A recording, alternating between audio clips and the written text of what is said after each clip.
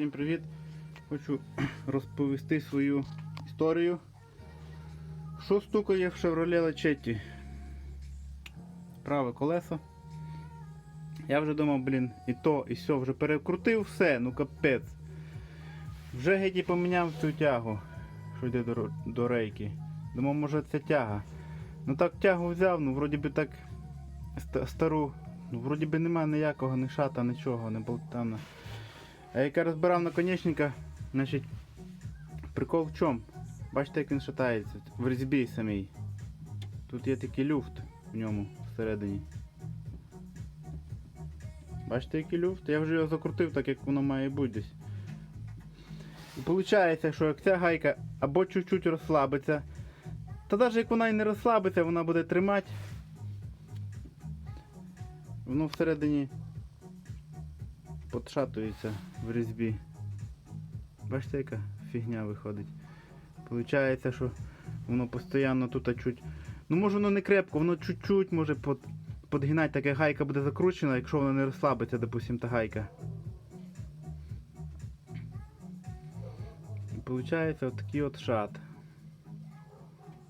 А це, чуєте, як брещить? Цю тягу я вже нову поставив, вже там не може стукати нічого.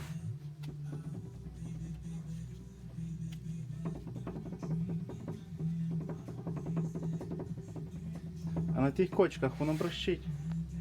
Значить, що я хочу зробити, то, мабуть, візьму паклю на водопроводну, намотаю сюди на різьбу. Щось телефон не фокусує. Намотаю, мабуть, на різьбу паклі, щоб закрутити його туго сюди. Щоб не було всередині такого шату. І ще я не знаю, може поставити сюди дві гайки, щоб на випадок, щоб не розкрутилася. Бо якщо вона розкрутиться, то воно так буде підстукувати, виходить, постійно. Коротше, не знаю, чи то так спеціально зроблено. Ну, його вроді би поджимаєш, воно якби перестає шататися. Але це якщо я рукою шатаю. А коли при нагрузці машина ж то важка. Получається, вона силу більшу має, як в мене рука. Ну і виходить так, що вона його буде може підстукувати. Тому як десь щось буде таке от крутити, в себе шукати, де що стукає, то як варіант можна провірити, чи не відкрутилась гайка, бо якщо гайка відкрутилась, то буде стукати. Ну і коротше, от такий от момент. Так що дивіться, кому було цікаво, можливо, хтось теж шукає довго, що де стукає, а може бути просто-напросто в цій тязі. Я тепер не знаю, чи тут міняти наконечника, чи він там розійшовся.